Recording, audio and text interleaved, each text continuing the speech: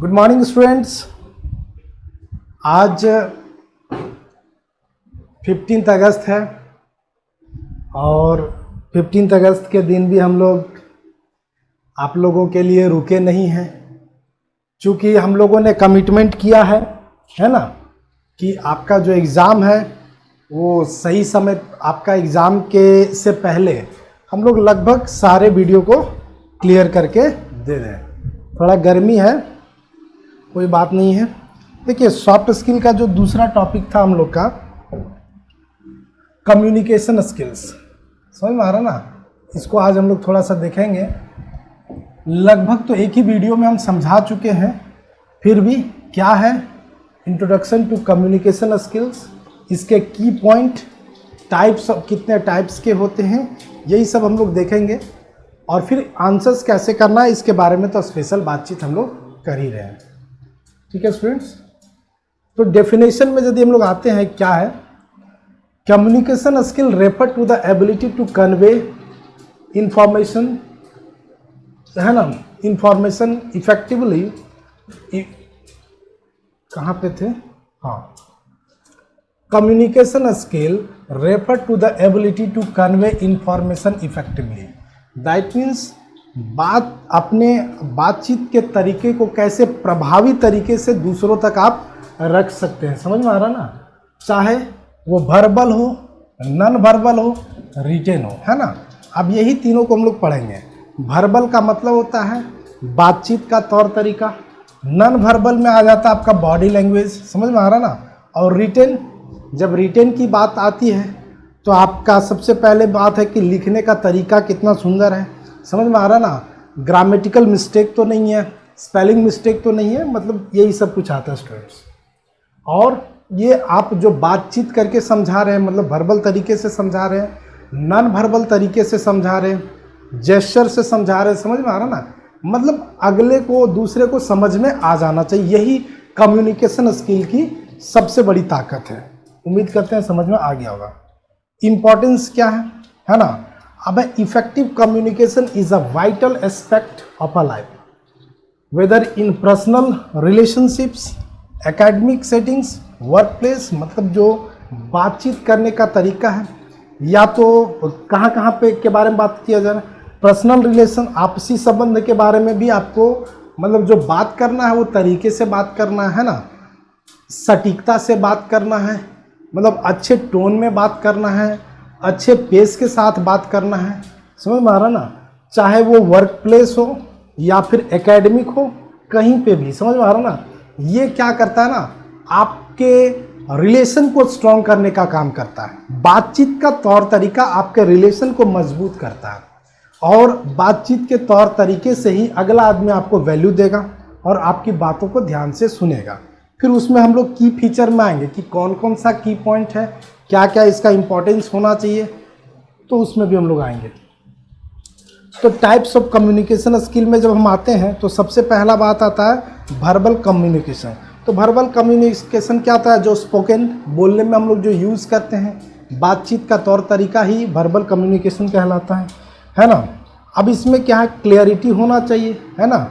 जो आप बात कर रहे हैं उसमें क्लियरिटी होना चाहिए, ताकि नेक्स्ट जो सेकंड पर्सन आप जिसको समझाना चाह रहे हैं वो एक बार में आपकी बातों को अच्छे तरीके से समझ ले।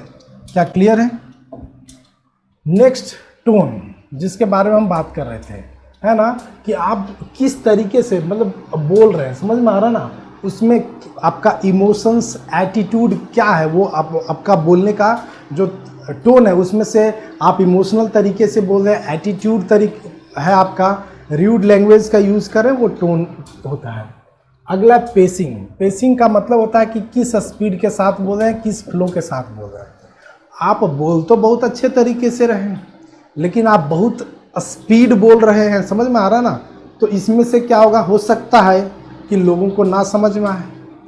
आप बहुत धीरे भी बोल रहे हैं, सोच सोच के बोल रहे हैं, जैसे हमारे माननीय मुख्यमंत्री श्री हेमंत सोरेन जी जब बोलते हैं तो लोग भी इरिटेट हो जाते हैं। देखिए, कोई हैं जो बहुत फास्ट बोलते हैं, लेकिन हमारे माननीय मुख्यमंत्री श्री हेमंत सोरेन जी जब बोलते हैं तो हमको लग रहा है कि एक वर्ड बोलते हैं, उसके बाद 5 सेकंड का वो मतलब क्या करते हैं, सोचते हैं।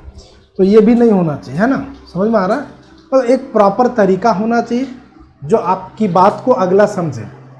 देखिए होता क्या है ना स्टूडेंट्स, कि मान लिया जाए कि आप बहुत स्पीड बोल रहे हैं, ठीक है, क्लियर है, कोई बात नहीं है, लेकिन जो रिसीव कर रहा है, जो सुन रहा है, तो साउंड रिसीविंग 1/10 सेकेंड में होता है, समझ में आ रहा ना, और वो रिएक्ट भी करेगा।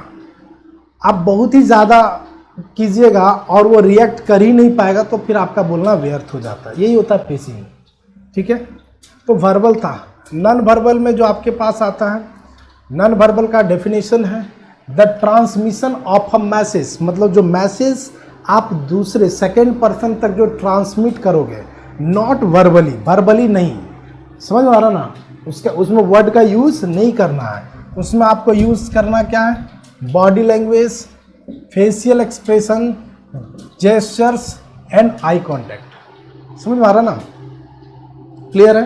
तो बॉडी लैंग्वेज, आपका बॉडी लैंग्वेज कैसा है, फेशियल एक्सप्रेशन, आई कांटेक्ट, है ना, आई कांटेक्ट ऐसा होना चाहिए कि उससे आपका आंख हटे ना। लगभग 80% तो अगला आपसे यही सुनेगा, जब आपको तभी सुनेगा जब आपका उससे आई कांटेक्ट होगा। बाकी और भी चीज़ है।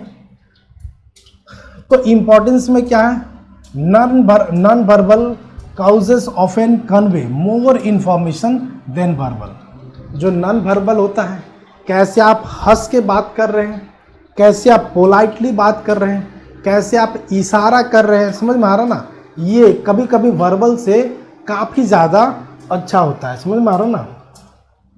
दे can support the contradict with being said and they play the crucial role of interpreting the true message, true meaning of message. आपका बॉडी लैंग्वेज, आपका जेस्चर्स, है ना, आपका आई कॉन्टेक्ट, आप जो हकीकत में जो वास्तविकता बोलना चाहते हैं वो समझ सके। एक ही वर्ड को दो तरीके से बोला जा सकता है, समझ में आ रहा ना, एक ही वर्ड को दो तरीके से बोला जा सकता है। एक र्यूड लैंग्वेज हो सकता है, एक नॉर्मल लैंग्वेज हो सकता है, एक पोलाइट लैंग्वेज हो सकता है। तो ये सब नॉन वर्बल में आता है। अब इसका की एलिमेंट में आता है बॉडी लैंग्वेज, फेशियल एक्सप्रेशन और आई कॉन्टैक्ट। तो बॉडी लैंग्वेज में posture, gesture, movement that convey attitude and the feelings, है ना। आपका एकदम गुस्सा में है, आप किसी को समझा रहे पूरा फुल गुस्सा में, तो ये बॉडी लैंग्वेज बता, आप अच्छा भी कहना चाह रहे लेकिन आपका बॉडी लैंग्वेज साथ नहीं दे रहा है, वो एटीट्यूड, वो एरोगेंस वाली बात आती है, तो अगला को समझ में आ जाता है कि ये कह कुछ और रहा है और इसके अंदर में चल कुछ और रहा है। तो ये होता है फेशियल एक्सप्रेशंस। देखिए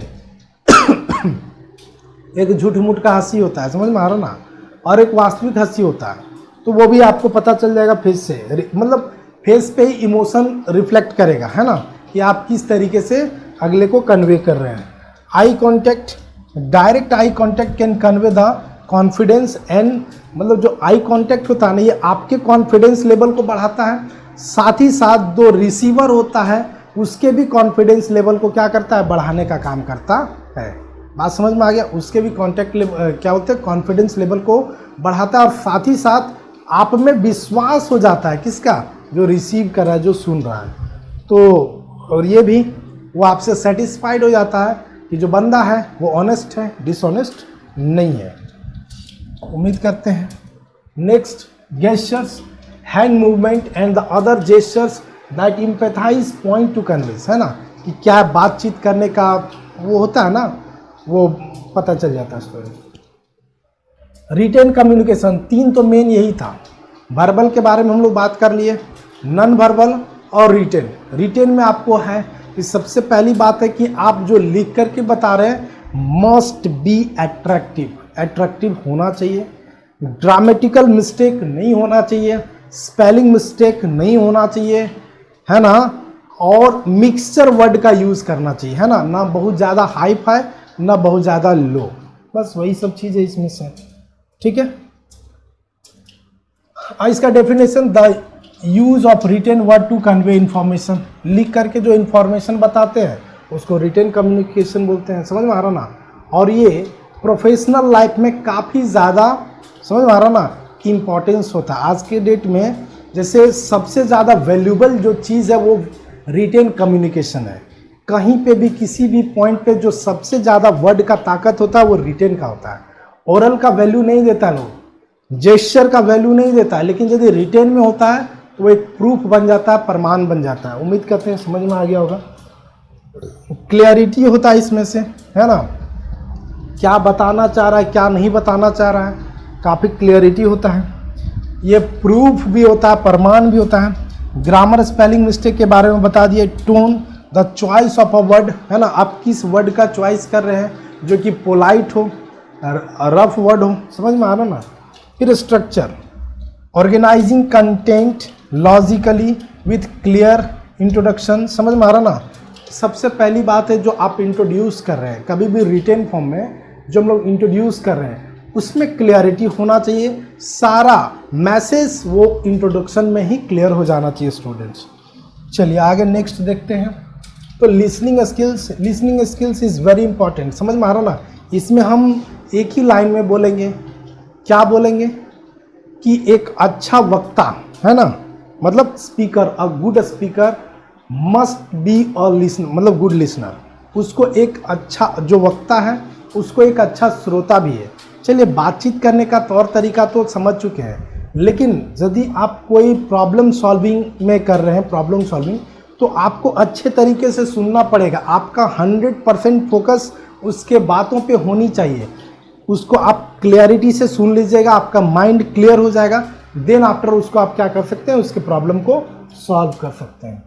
तो लिसनिंग में भी जो एलिमेंट्स आता है, एक्टिव लिसनिंग, समझ में आ रहा ना, fully concentrate what they want to say you, क्या वो कहना चाहता है, आप एकदम फुली कंसंट्रेट आपको होकर के सुनना है। ये यही था, बाकी और इसमें आगे हम लोग नहीं आएंगे। अब है बैरियर ऑफ इफेक्टिव कम्युनिकेशंस, ये सब है ना, physical barrier, psychological barrier, language barrier, है ना, कल्चरल बैरियर। तो ये सब जो होता है कि जैसे physical, environmental factor that hinder communication such as a noise, distance और अ पुअर इक्विपमेंट। ये सब क्या फिजिकल, मान लो कि इन्वायरमेंट से कोई डिस्ट्रैक्ट कर रहा है जो अगले को सुनने नहीं दे रहा। आप अपने सामने वाले से बैठ करके बातें सुन रहे हैं, बगल में आपको कोई डिस्ट्रैक्ट कर रहा है, तो ये सब फिजिकल बैरियर है जो नहीं होना चाहिए, जो आपके माइंड को डिस्ट्रैक्ट करने का कोशिश करता है। ये कुछ इस तरीके का बैरियर है। लेकिन देखा जाए तो कम्युनिकेशन स्किल्स में जो सबसे इम्पॉर्टेंट पार्ट था वो वही 3 चीज़ था। क्या था 3 चीज़?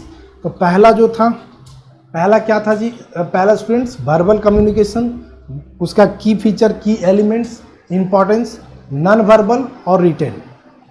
आज के डेट में सबसे ज़्यादा जो चलता है कम्युनिकेशन में क्या करता है, मैसेजेस और मेल, व्हाट्सअप, है ना, ये सबसे ज़्यादा आज के डेट में चलता है। उस पर हम लोग आते हैं, है ना। ये सब तो सिंपल है। इम्प्रूव नॉन वर्बल, ये सब बताता है जैसे कि आप नॉन वर्बल कम्युनिकेशन को कैसे इम्प्रूव कर सकते हैं, है ना। तो आपको लैंग्वेज, क्या आप किस टॉपिक पे आपको बात करना है उस पर आपको प्रैक्टिस करना पड़ेगा, उस टाइप का वर्ड को आपको सेलेक्ट करना पड़ेगा। यही सब चीज़ कुछ इसमें दिया हुआ है जो बहुत अच्छे तरीके से गिवन है। हाँ, role of communication in workplace, देखिए हाँ ये बहुत इंपॉर्टेंट है। Role of communication skill in workplace, इसमें से क्या है, टीम वर्क। जब टीम वर्क में आते हैं तो क्या इफेक्टिव कम्युनिकेशन, है ना, fosters collaborations and ensure that all teams member are on same page leading to the more success project. समझ में आ रहा ना, जो बातचीत करने का जो तौर तरीका है यदि सही रहे तो सारा टीम मेंबर किसी एक ही गोल पे, समझ में आ रहा ना, सारा टीम मेंबर किसी एक ही गोल पे फोकस करके अपने टारगेट को अचीव करने का कोशिश करता है। कुछ इसी तरीके से लीडरशिप के पास स्ट्रॉन्ग कम्युनिकेशन होना चाहिए मोटिवेट करने के लिए अपने टीम को। ठीक है students. Customer relations, conflict resolutions, productivity, है ना। Customer relations, good communications with customer build trust, है ना। बातचीत करने का तरीका जो है कस्टमर के पास, तो वो आप पे विश्वास कर सकेगा, तभी आपके प्रोडक्ट को समझेगा और आपके प्रोडक्ट को परचेज करेगा। समझ में आ रहा ना। कॉन्फ्लिक्ट रिजोल्यूशंस, यदि क्लियरिटी नहीं है, कोई डाउट है, तो उसके सारे डाउट को अच्छे तरीके से क्लियर करना पड़ेगा। फिर प्रोडक्टिविटी, तो effective communication reduce misunderstandings error, समझ में आ रहा ना। यदि जो इफेक्टिव कम्युनिकेशन होता है, क्लियरिटी होता है, तो उसमें मिसअंडरस्टैंडिंग नहीं होता है। ये आज के डेट में सबसे इम्पॉर्टेंट यदि कुछ है तो इसको हम स्टार कर देते हैं। The role of technology in communication, आज के डेट में टेक्नोलॉजी का कितना इम्पोर्टेंस है कम्युनिकेशन में। जैसे ईमेल हो गया, इंस्टेंट मैसेजिंग हो गया, समझ में आ रहा ना, वीडियो कॉन्फ्रेंसिंग हो गया, सोशल मीडिया, ये एकदम ट्रांसफॉर्म कर दिया है किसको, कम्युनिकेशन को बेहतर बना दे रहा है। आज आप यहाँ पे बैठ करके दिल्ली, मुंबई, लंदन, मतलब कहीं पे भी बातचीत कर सकते हैं। और समझ में आ रहा ना, तो ये आज के डेट में ये कम्युनिकेशन को, टेक्नोलॉजी आ गया, ये कम्युनिकेशन स्किल को और बेहतर बनाने का कोशिश किया है स्टूडेंट्स। आगे देखते हैं, सिंपल सा बात है। अब इसमें हम लोग कंक्लूजन पे आ जाएंगे। तो कंक्लूजन में क्या है, communication skill are essential for every aspect, हर एक एस्पेक्ट के लिए कम्युनिकेशन स्किल्स काफ़ी इंपॉर्टेंट है। चाहे वो पर्सनल रिलेशंस हो, एकेडमिक रिलेशन हो, बिजनेस हो, जॉब प्लेस हो, वेदर, हर एक जगह क्या है कि कम्युनिकेशन स्किल्स हमेशा पॉजिटिव माइंडसेट के साथ आगे बढ़ता है। क्लियर है स्टूडेंट्स। तो आज हम लोग जो ये टॉपिक था इसमें पूरा हम लोग देंगे, इसका क्वेश्चन आंसर भी हम करवाएंगे। यहाँ पे देखा जाए जो सबसे पहला पार्ट है, हाँ, तो इंट्रोडक्शन टू सॉफ्ट स्किल्स हो चुका है, कम्युनिकेशन स्किल बता दिए। अगला जो हम वीडियो लेकर के आएंगे वो प्रेजेंटिंग स्किल को लेके आएंगे, टाइम मैनेजमेंट को लेके आएंगे। लगभग 8-9 टाइप है, छोटा छोटा वीडियो में पूरे अच्छे तरीके से समझा पाएंगे। हो सकता है यदि आप क्वेश्चन आंसर ना करें, हमारे इस वीडियो को आप सुन भी लें तो की पॉइंट बना करके आप श्योर लिख ही लीजिएगा। तो आज के लिए इतना ही, मिलते हैं नेक्स्ट वीडियो में, तब तक के लिए बने रहिए, धन्यवाद।